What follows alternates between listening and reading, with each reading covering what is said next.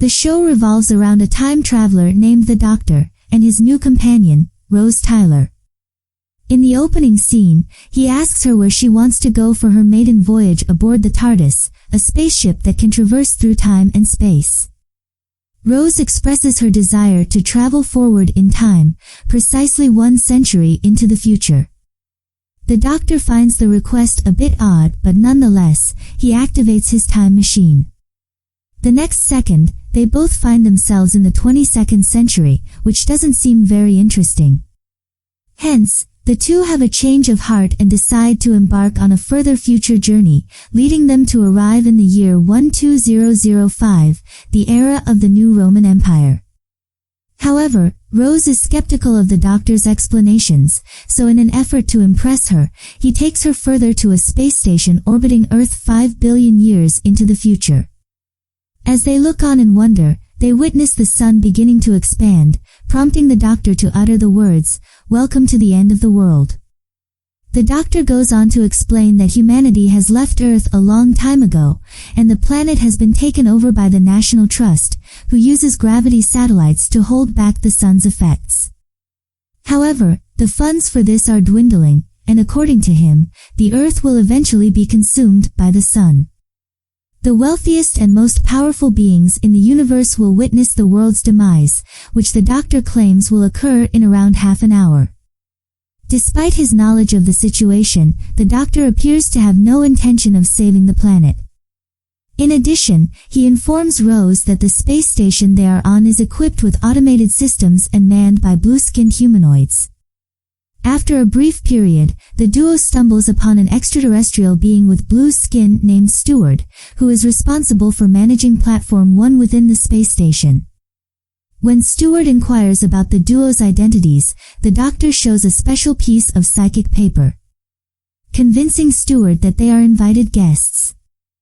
Once he gets inside, the Doctor reveals the secret behind the psychic paper, explaining that it has the power to influence how people see things according to his will.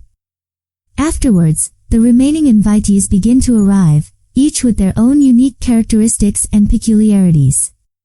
First to arrive is Mox of Balhoun, a diminutive being, followed by the face of Bo, a living entity with a distinct appearance. The group is then joined by a contingent of humanoid trees from the forest of Cheam, and a group of hooded aliens called the adherents of the repeated meme. Lastly, Cassandra, the last living human, enters the scene. Her appearance is quite unusual, as she turns out to be a piece of stretched-out skin that has been mounted onto a frame, with a brain jar connected to it. It appears that her skin needs constant moisturization from her attendants to ensure that she remains hydrated. Once all the guests have arrived, they begin to exchange gifts with one another. Jabe of the Forest of Cheam offers the Doctor a cutting taken from her grandfather, which he gratefully accepts. In return, the Doctor presents her with the gift of air from his lungs. The Mox provides the Doctor with a gift of bodily saliva, while the adherents of the repeated meme distribute gifts of peace in the form of metal spheres. Cassandra, being the last to present her gift, hands over an ostrich egg and an ancient Earth iPod. The iPod plays classical music, which proves to be overwhelming for Rose, who eventually leaves the hall. In the next scene, as Rose wanders around the station, she comes across a plumber named Raffalo, who is in the midst of investigating a blockage. Amidst the conversation, Rose suddenly feels a sense of vulnerability and fear, realizing how far she is from her home with a person she does not know. Concerned about her safety, she hastily departs, leaving Raffalo to continue with her work. While examining the ducts, Raffalo spots a group of small spider-like robots that quickly grab hold of her and drag her inside. It becomes apparent that these robots are emerging from the metal spheres that were gifted to the guests by the adherents of the repeated meme. They soon infiltrate the entire station, sabotaging its systems. Elsewhere, the Doctor finds Rose sitting alone in a quiet room. Upon seeing him, she immediately asks about his origins and where he comes from. However, the Doctor simply brushes off her inquiry, leaving her feeling somewhat bewildered and perplexed. In an attempt to ease Rose's concerns and provide her with some comfort, the doctor alters her mobile phone, allowing her to call her mother, 5 billion years in the past. Her mood instantly lifts as she chats with her mother on the phone. The doctor then playfully mentions that if Rose thinks her phone call was amazing, she should wait to see the bill. At the same time, a tremor shakes the station, and the doctor nervously explains that it was not supposed to happen. On the other hand, Stewart is in the process of examining the reason behind the unanticipated shaking movement. As he delves into his investigation, a spider-like robot shows up and alters the positioning of the solar filter within his chamber.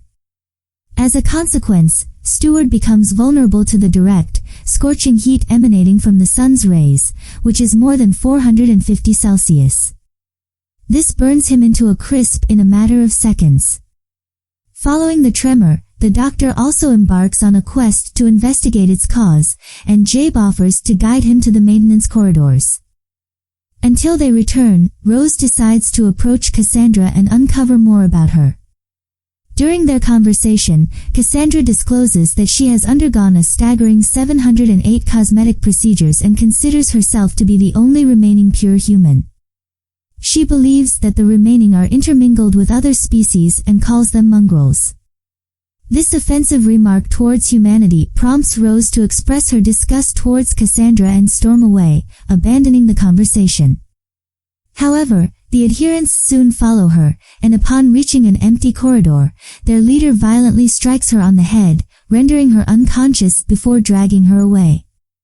Elsewhere, Jabe takes the doctor towards the innermost parts of the space station. As they descend deeper and deeper, they stumble upon one of the enigmatic spiders. Jabe manages to trap it with her elongated, vine-like appendage, but they are still at a loss as to why the spider is there and what its purpose is.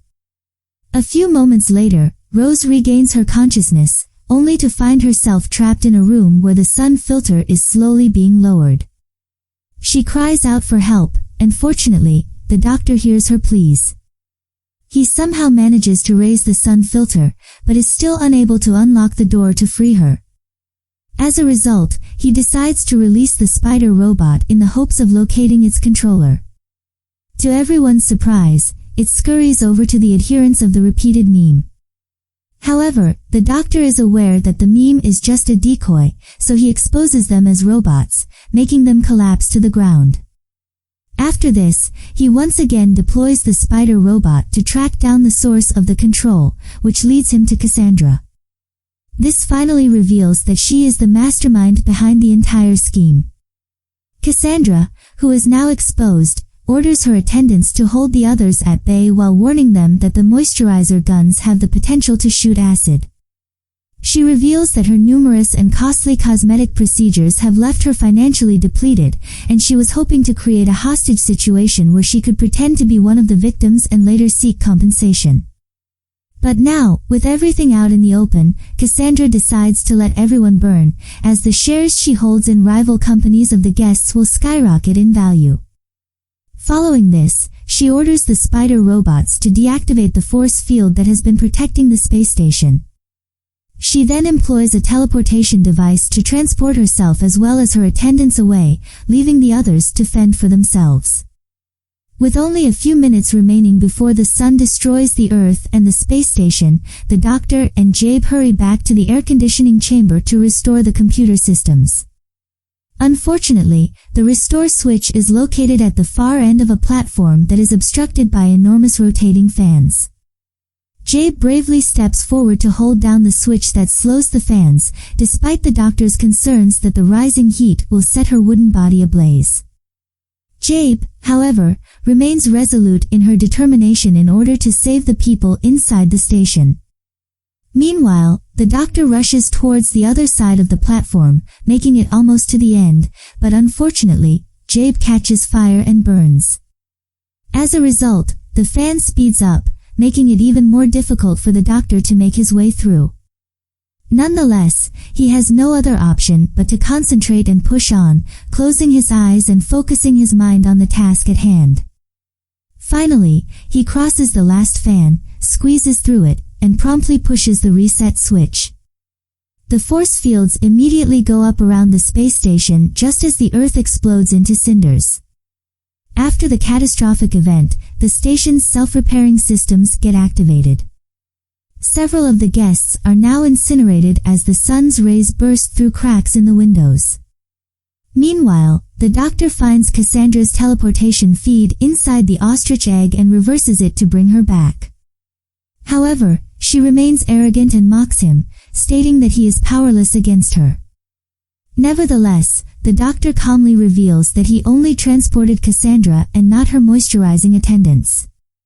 And as the heat intensifies, Cassandra starts to dry out, causing her to beg for mercy. Rose asks the Doctor to save her, but he responds coldly, stating that everything has its time and must come to an end.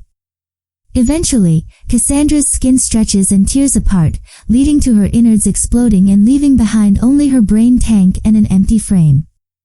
The intense situation is now under control, but Rose feels a sense of sadness as she realizes that in the midst of all the dangers, the destruction of Earth has gone unnoticed by anyone. The Doctor then decides to take her back to the present time in his TARDIS. Later, we see the Doctor and Rose standing among the people on Earth. During this, he shares a bit of wisdom with her. He observes that human beings tend to take things for granted and assume that everything is permanent when in reality, nothing lasts forever. The Doctor then discloses that his home planet was also destroyed in a war, much like Earth. He sadly admits that he is the last survivor of the Time Lords, feeling an immense burden of loneliness. Hearing this, Rose comforts him, assuring him that he is not alone because she will always be by his side. In the last scene, the two head to enjoy some chips as they believe that they have only 5 billion years before the shops close.